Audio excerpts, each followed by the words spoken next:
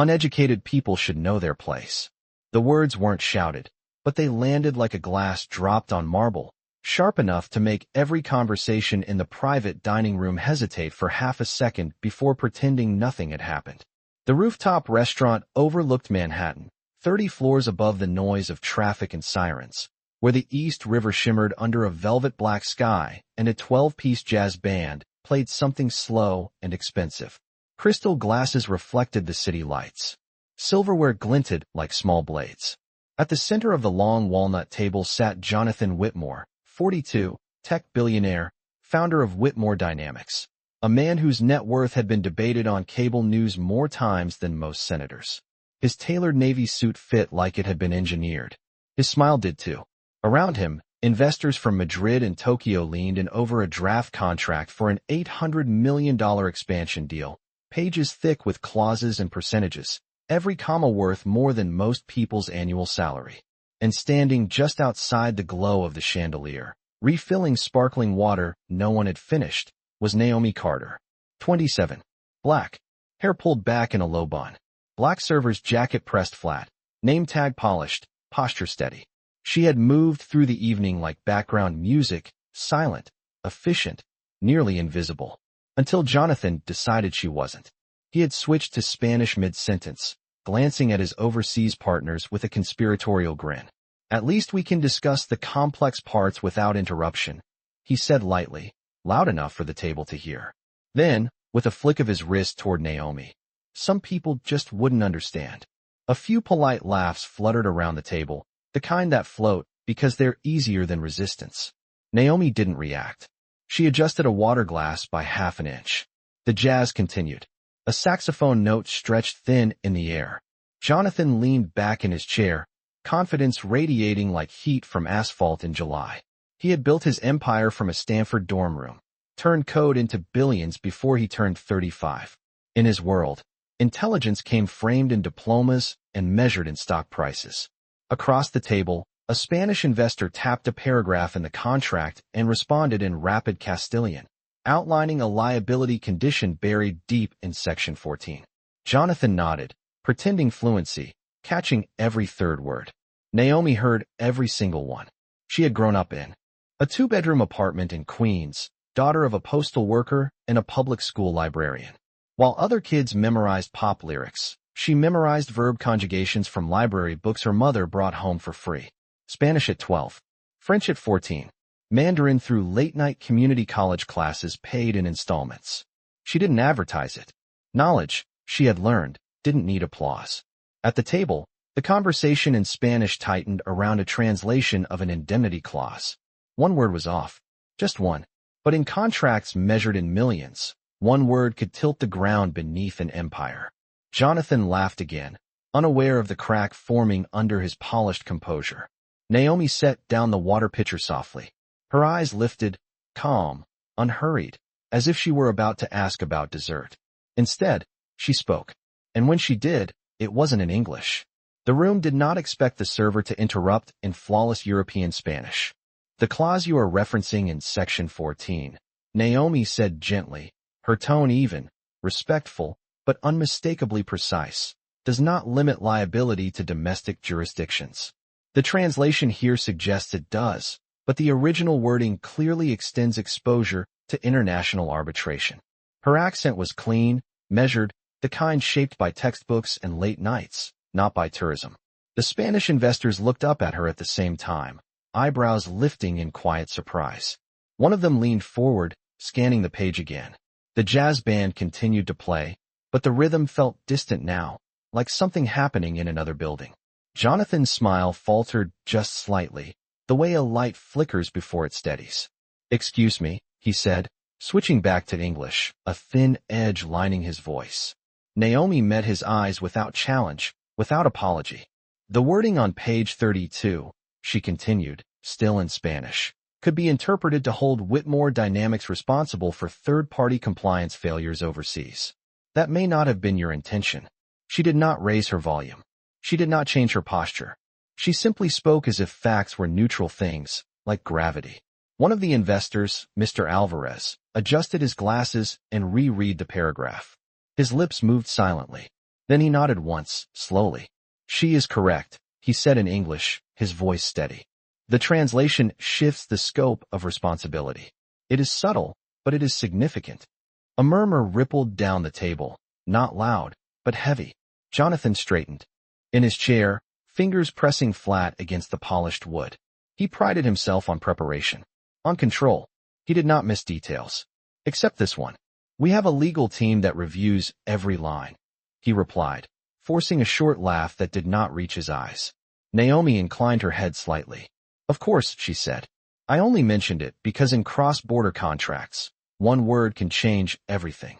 Then, as if to prove the point was not accidental, she shifted seamlessly into French, clarifying a related phrase in the annex that referenced compliance standards under European Union regulations. The cadence of her voice changed again, fluid and confident. The French investor across from her blinked twice, then answered her directly, momentarily forgetting she wore a server's jacket. For the first time that evening, no one looked at her as background. They looked at her as context. Jonathan felt it. The shift. The room had tilted by a single degree, but it was enough. How many languages do you speak? Someone asked, half in disbelief. Naomi paused, as if counting would be impolite. For fluently, she said in English. A fifth conversationally. Silence followed, not awkward, but recalibrating. Jonathan's jaw tightened, not in anger, but in realization.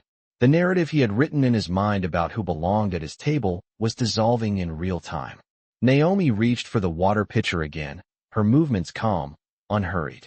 She had not raised her voice. She had not defended her education. She had simply demonstrated it.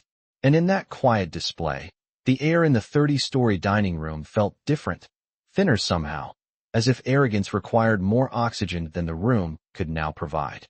Jonathan Whitmore had built his reputation on reading rooms faster than markets, but this room was no longer moving to his rhythm. The investors were no longer looking at him for reassurance. They were looking at Naomi, not because she had demanded attention, but because she had earned it without trying. Mr. Alvarez turned another page in the contract and spoke again in Spanish, this time addressing her directly.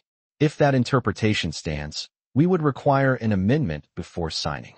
Naomi answered calmly, explaining the alternative phrasing that would narrow the liability to distribution partners rather than the parent corporation.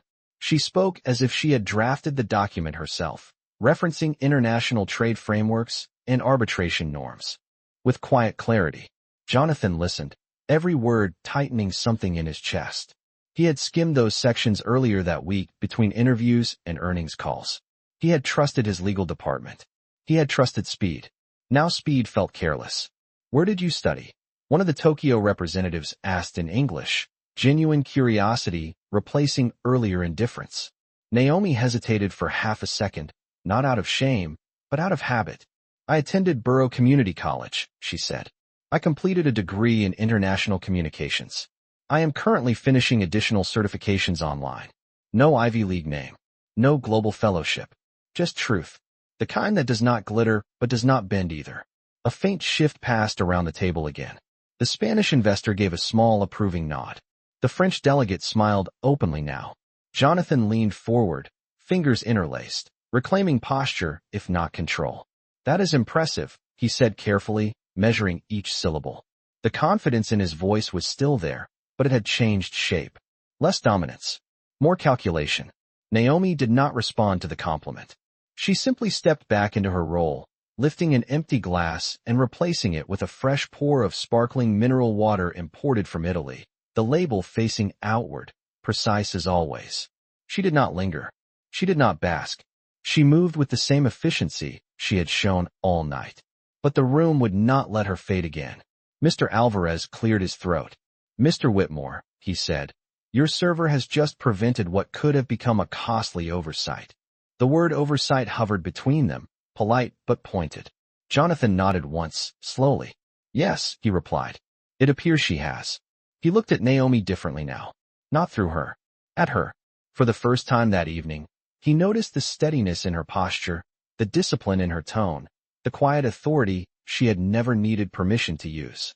Outside the glass walls, Manhattan stretched for miles, a grid of ambition and neon. Inside, the balance of the table had shifted by inches, But in negotiations, inches become miles. Jonathan understood something he did not enjoy admitting. Money could buy access. It could buy silence. It could buy applause. But it could not buy fluency earned in midnight study sessions or confidence shaped in rooms where no one expected you to speak. And as the investors returned to the contract with new attentiveness, Jonathan realized that the most educated voice at his table had not been seated in one of the leather chairs. It had been standing beside them all along. The meeting did not resume the way it had begun. The air had shifted from casual dominance to careful precision, and everyone at the table felt it, even if no one named it. Jonathan Whitmore adjusted the cuff of his tailored sleeve, a small motion, controlled, deliberate, as if recalibrating more than fabric. "Let us review that section again," he said, his tone steadier now, stripped of earlier amusement. The investors leaned in, pages turning softly, the sound of paper brushing against polished wood louder than it should have been. Naomi stood just behind Mr. Alvarez's chair, hands lightly clasped at her waist, present but unobtrusive. She did not insert herself again. She did not need to. The contract was projected onto a discreet wall screen, numbers and clauses glowing faintly against dark paneling. One phrase remained highlighted, the word that had almost expanded liability across continents. Jonathan read it slowly this time, his voice lower, more exact. The Spanish investor offered an alternative phrasing, and before the legal assistant could respond, Naomi spoke once more, this time in measured English. "If you replace the term global compliance partners with certified distribution affiliates, you would narrow the interpretation without weakening enforcement." Her suggestion was not emotional. It was structural. The room absorbed it. The legal assistant typed quickly. Mr. Alvarez reread the revision and nodded with visible satisfaction. "That resolves the ambiguity," he said. "Clean and enforceable." Jonathan exhaled quietly. It was subtle, but those closest to him noticed. A near mistake had been avoided. An $800 million expansion would not hinge on a mistranslation. He turned his head toward Naomi, studying her fully now, as if seeing dimensions that had not existed 20 minutes earlier. "You mentioned you are finishing certifications," he said carefully. "In what field?" Naomi met his gaze evenly. "International contract law and multilingual negotiation frameworks," she replied. No flourish. No pride. Just fact. A faint smile touched the corner of Mr. Alvarez's mouth. "You would be an asset in any negotiation room," he observed. Naomi inclined her head politely. "Thank you."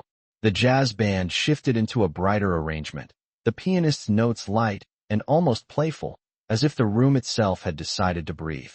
Again, outside, the skyline glittered in disciplined rows of light, millions of windows reflecting ambition back at itself. Inside, something quieter had taken place. Jonathan rested both hands flat on the table, fingers spread slightly, grounding himself in the present moment. He had built companies from nothing. He had navigated mergers, crises, market collapses. Yet tonight, the most valuable correction had not come from a senior executive or a renowned attorney. It had come from someone he had dismissed in a single sentence. "Miss Carter," he said, voice composed, measured.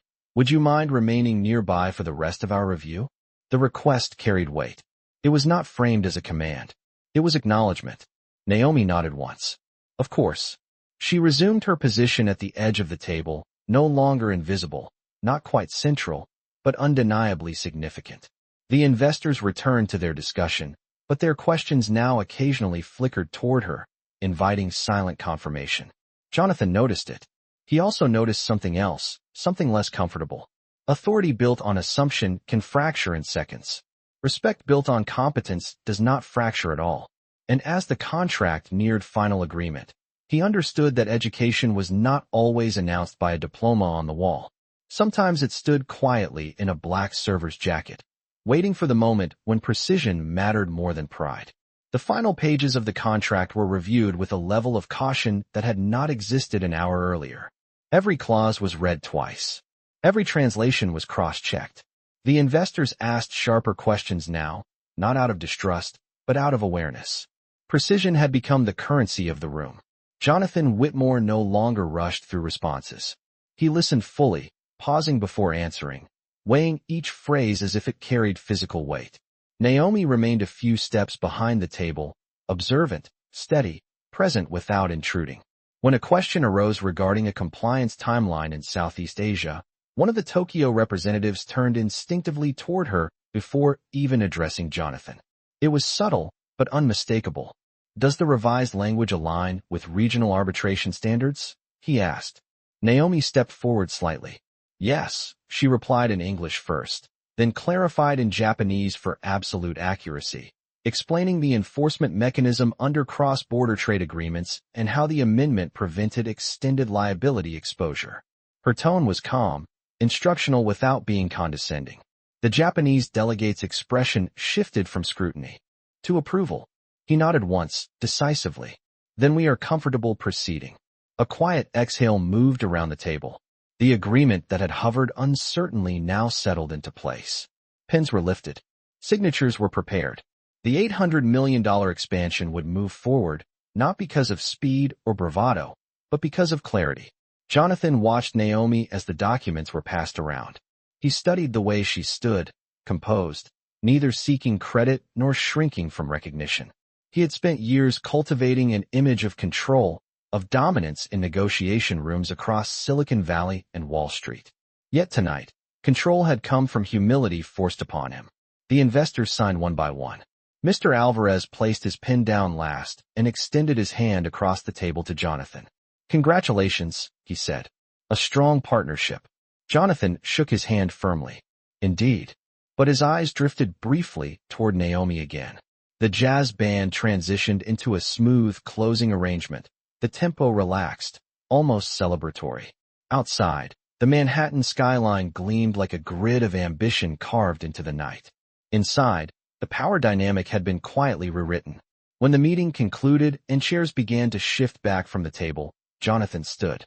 "Miss Carter," he said, his voice measured, carrying across the room without force. Naomi paused. "Yes, sir." He held her gaze, no longer from above, but level. "You prevented a costly mistake tonight. I misjudged you." The words were not dramatic.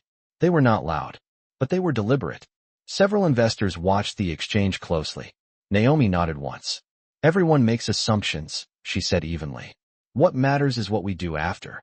There was no triumph in her tone, no bitterness, only truth. Jonathan gave a slight nod in return, absorbing the weight of that sentence. He had walked into the evening believing he owned the room. He would leave understanding something different. Authority built on titles can be impressive. Authority built on knowledge is unshakable. And as the investors dispersed and the skyline shimmered beyond the glass walls, Jonathan Whitmore understood that the most powerful voice in the room had not raised itself at all. It had simply spoken when it mattered. The private dining room slowly returned to motion after the investors stepped away, chairs sliding back with soft friction against the polished floor, low conversations replacing the earlier intensity. Waitstaff moved in coordinated silence, clearing folders, refreshing glasses, restoring the room to its original elegance, as if nothing significant had shifted. But something had. Jonathan Whitmore remained near the head of the table longer than the others, fingertips resting lightly on the smooth walnut surface, eyes tracing the skyline beyond the floor to ceiling windows. The deal had closed. $800 million secured. Headlines would praise strategy, vision, expansion. They would never mention the single corrected word that preserved it all. Naomi carried a silver tray back toward the service station, movements measured, neither hurried nor celebratory. She did not look back to see whether she was being watched. She had returned to her rhythm, but the rhythm of the room had not returned to its earlier assumptions. Two of the international delegates approached her near the edge of the dining area. Mr. Alvarez offered a polite smile. "Your clarity tonight was remarkable," he said sincerely. Naomi inclined her head. "Thank you, sir." The Japanese representative added quietly, "Fluency is rare. Precision is rarer." Naomi responded in Japanese with a respectful acknowledgement, her pronunciation steady, natural. The exchange lasted less than a minute, but it carried weight. When the investors finally exited toward the elevators, the glass doors closing with a muted hush, Jonathan approached Naomi without the theatrical stride he had entered with earlier that evening. He walked with deliberation now. "Miss Carter," he said, stopping a few feet away, giving her space rather than claiming it. She turned to face him fully. Yes, sir. He studied her expression, searching perhaps for resentment, for triumph, for something dramatic. He found none of it. Only composure. I built my career believing I could measure talent within minutes, he said slowly. Tonight proved otherwise.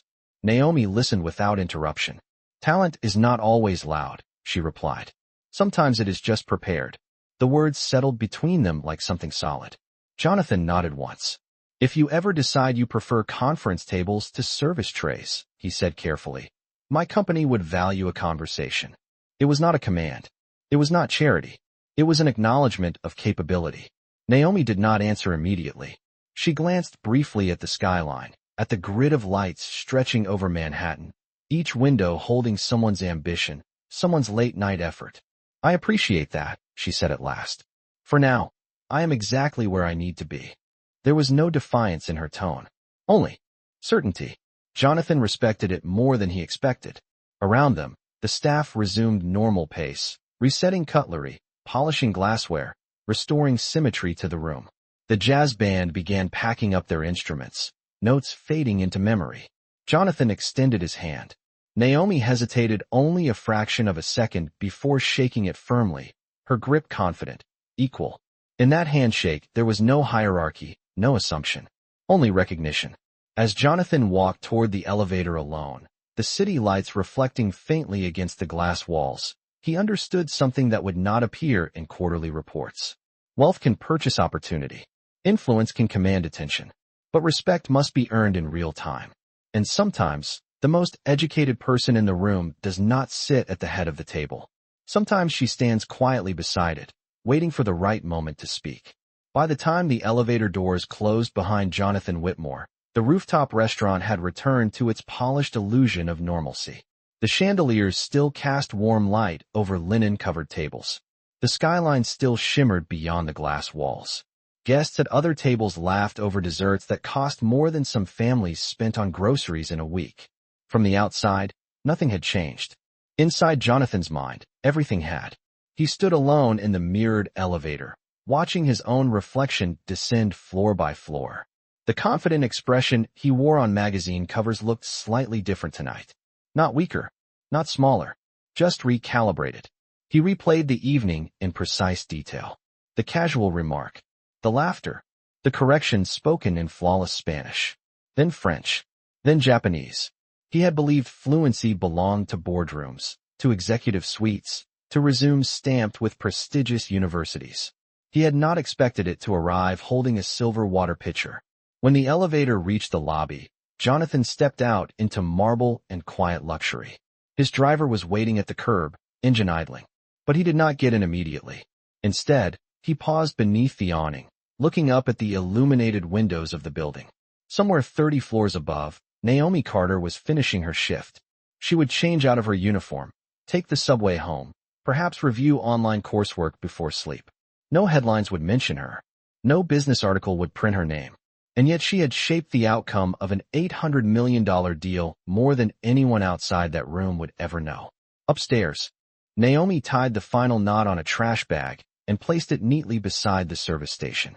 Her co-workers moved around her with the usual end-of-night fatigue, exchanging brief comments about tips and schedules. One server nudged her lightly with a grin. That was something, he whispered. Naomi smiled faintly. Just doing my job. She clocked out at 11:47 p.m., the time glowing softly on the digital screen. Outside, the air carried a cool river breeze, sharp but refreshing. She began the familiar walk toward the subway entrance, heels steady against the concrete. The city did not treat her differently. Taxis still honked. Street vendors still packed up carts. A man in a tailored coat passed her without a glance. That was fine. She did not need the city to recognize her. She recognized herself. Down the block, Jonathan finally entered his car, the leather interior quiet and insulated from the noise of Manhattan.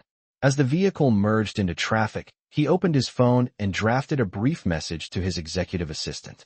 Schedule a meeting. Research candidate. Naomi Carter. International Communications.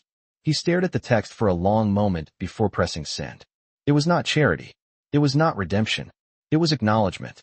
The car moved south along the river, headlights reflecting off steel and glass.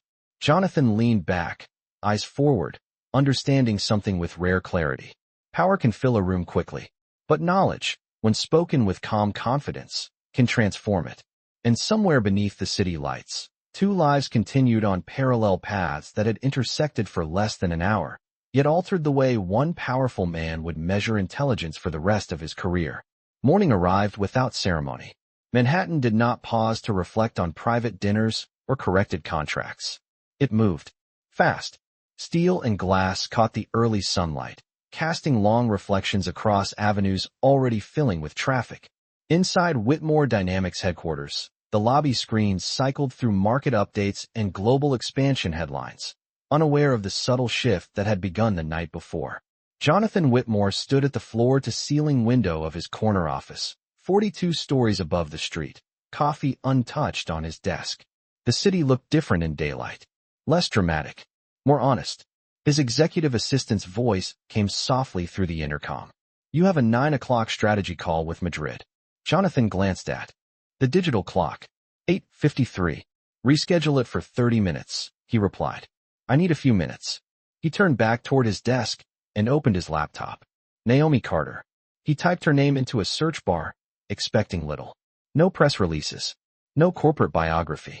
Just a modest professional profile outlining her degree in international communications, multilingual certifications in progress, volunteer translation work for community legal clinics in Queens. He paused at that line. Volunteer. Unpaid. Precision offered without spotlight. He leaned back slowly. Talent had been standing within arm's reach the previous night, not asking to be discovered. Upstairs in a small apartment in Queens, Naomi sat at her kitchen table with a mug of strong coffee and a laptop balanced beside a stack of library books. The subway ride home had ended close to 1 in the morning, but she had still reviewed 2 chapters on arbitration frameworks before sleeping. Now, sunlight filtered through thin curtains, illuminating notes written neatly in the margins of a textbook. Her phone buzzed once on the table. An unfamiliar number. She let it ring twice before answering. Naomi Carter speaking. The voice on the other end was composed, professional. "Miss Carter, this is Daniel Brooks from Whitmore Dynamics Executive Office. Mr. Whitmore would like to invite you to a formal interview for a strategic communications role. At your convenience." Naomi did not speak immediately. Not out of shock. Out of calibration. The room around her was quiet except for the faint hum of traffic outside her window. "Thank you," she said at last, tone steady. "I am currently scheduled for shifts this week, but I can adjust if necessary." Daniel responded promptly. "We will work around your schedule." When the call ended, Naomi placed the phone down carefully. She did not smile broadly. She did not celebrate. She looked at her open textbook instead, at a highlighted paragraph about cross-border negotiation ethics. Preparation. Timing. Precision. She had not spoken to change her circumstances. She had spoken because accuracy mattered. Across the river, Jonathan closed his laptop and stood straighter. He had built a company on innovation. Now he intended to build it on discernment. The morning sun climbed higher over Manhattan, illuminating towers of ambition and streets of routine. 2 people began their day in different boroughs, connected by a single evening where assumption met fluency. And in that quiet connection, the definition of who belonged at the table had begun to evolve.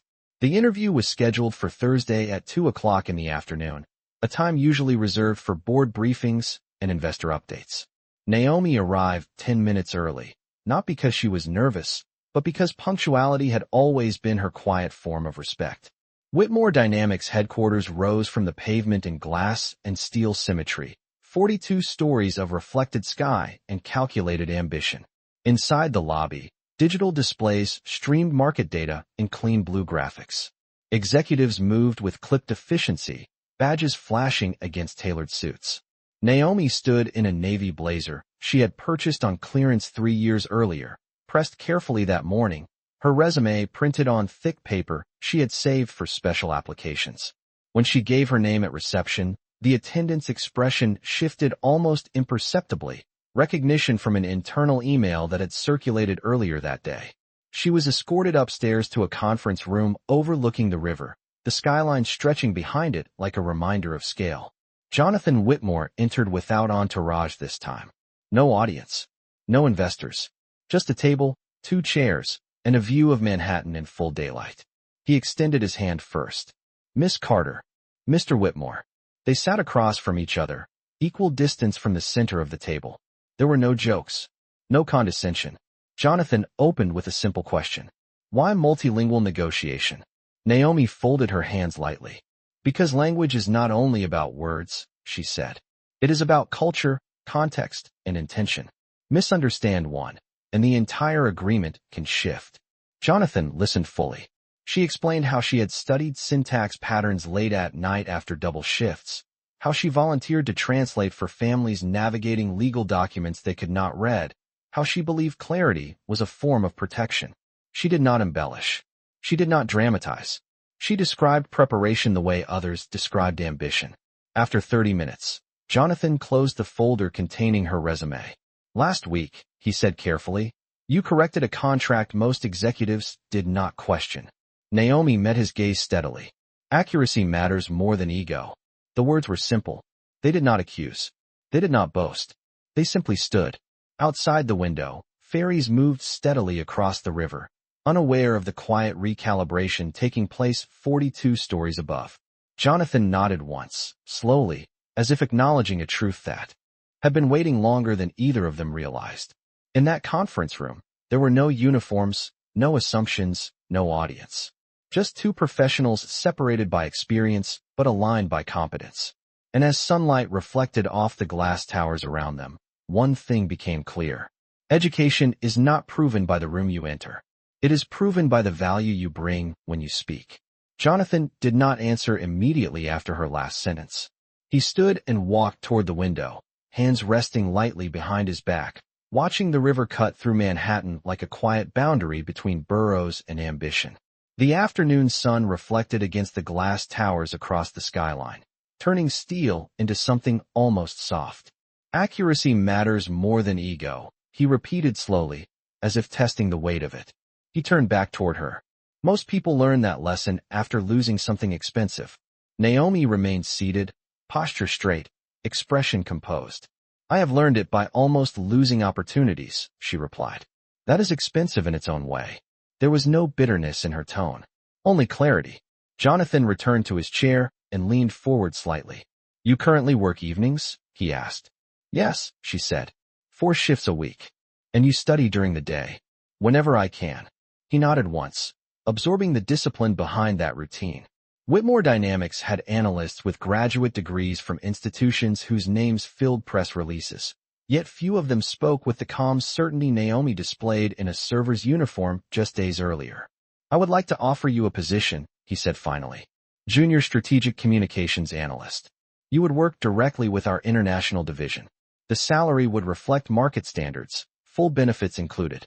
You would report to me during cross-border negotiations. The words did not rush. They landed clearly, intentionally. Naomi did not gasp. She did not lean back in surprise. She considered the offer carefully, as she would any contract. May I ask one question? She said. Of course. Would this role allow me to continue pursuing advanced certifications in international contract law? Jonathan allowed himself the faintest smile. It would require it, he answered. Silence followed, but it was no longer the silence of imbalance. It was the silence of alignment. Naomi extended her hand across the table. Then I accept. Jonathan shook it firmly, the gesture steady and equal. Outside, a ferry moved across the water below, carrying passengers who would never know what had just shifted in a glass tower above them. A week earlier, he had dismissed her with a sentence. Now he welcomed her with one. Not as a favor, not as redemption, but as recognition. Because intelligence does not announce itself with volume. It reveals itself with precision. And once precision speaks, even power learns to listen. Naomi Carter began her first day at Whitmore Dynamics the following Monday at 8:30 in the morning. The same building she had once only seen from the outside now opening its glass doors in quiet recognition. She walked through the lobby without a tray in her hands, without a uniform that made her invisible, carrying instead a leather portfolio and a company-issued access badge that reflected her name in clean silver letters. The elevator ride to the 42nd floor felt different this time. Not because the building had changed, but because the expectation had. When the doors opened, Conversations paused briefly as new colleagues looked up from screens filled with global data charts and currency exchange updates. Jonathan Whitmore stood near the conference area, speaking with two senior analysts. When he saw her, he ended the conversation without hesitation and stepped forward. "Good morning, Naomi," he said evenly. "Welcome to the team." There was no theatrical introduction, no dramatic announcement, just acknowledgement. She was escorted to a workstation overlooking the river, a desk equipped with dual monitors and access to international contract databases she had once studied through borrowed library credentials. By 10 o'clock, she was reviewing a draft proposal for a European distribution partnership. The language was precise but cautious, layered with clauses designed to protect market share. Jonathan approached her desk mid-morning. "Initial thoughts?" he asked. Naomi scanned the document one final time before answering. "The structure is strong," she said. "But Section 12 could benefit from clearer enforcement language under European Union trade standards. It reads defensively instead of confidently." Jonathan nodded slowly. "Rewrite it," he replied. She did not hesitate. Fingers moved across the keyboard with calm certainty, restructuring sentences, tightening definitions, aligning terminology with international arbitration frameworks. Within minutes, the paragraph transformed from cautious to authoritative. A senior analyst reading over her shoulder raised an eyebrow in quiet approval. "That is sharper," he admitted. Jonathan looked at the revised language and allowed a brief smile. "Precision," he said, almost to himself. Naomi continued working, not seeking praise, not shrinking from responsibility. Outside the windows, ferries moved steadily across the river, unaware that inside the tower, perception was being rewritten line by line. A week ago, she had been asked if she understood complex discussions. Today, she was shaping them. And in that steady rhythm of keystrokes and quiet competence, one truth became undeniable. Education is not proven by where you stand. It is proven by what you build when given the chance. 3 months later, the 42nd floor no longer felt unfamiliar to Naomi Carter. The rhythm of international calls, the careful choreography of negotiations across time zones, the quiet intensity of contract reviews had become part of her daily cadence. She still arrived 10 minutes early. She still carried a notebook filled with handwritten annotations beside her digital drafts. But now, when meetings began, she did not stand at the edge of the table. She took a seat. On a Thursday afternoon, sunlight filtered through the glass walls as Whitmore Dynamics prepared for another high-stakes discussion with European partners. Charts glowed on the screen. Currency fluctuations scrolled in subtle red and green. Jonathan Whitmore stood at the head of the conference table, reviewing final notes before the call connected. He glanced toward Naomi. "You will lead the compliance segment," he said simply.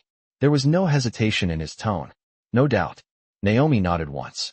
When the call began, voices filled the room from Madrid and Brussels, layered accents and formal greetings overlapping through the speaker system. Naomi spoke clearly, outlining enforcement structures, referencing trade statutes, anticipating concerns before they fully formed.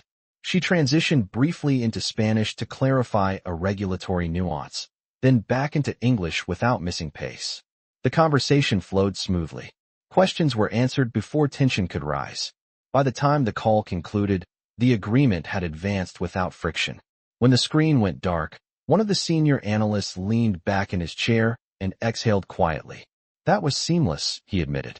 Jonathan looked around the room, then toward Naomi. "Preparation," he said calmly. It was the same word she had once lived by.